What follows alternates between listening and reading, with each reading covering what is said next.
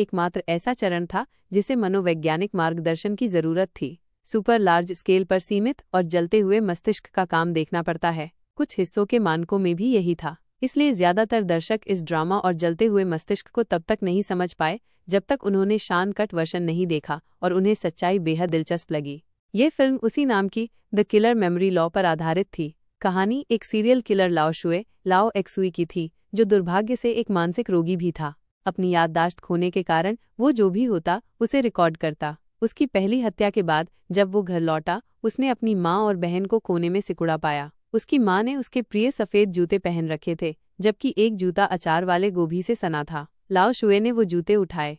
बचपन में ही बच्चा जागरूक था। एक परिचित पिता मछली की टंकी से निकले और उस पर हमला किया। यही शुरुआत थी। पुराने शुए को चिल्लाने की वजह से धक्का लगा और धीरे धीरे विरोध करने की भावना बनी। वर्षों से दबे भाव अब फूट पड़े। उसी रात उसने लाश को पहाड़ी पर दफनाया।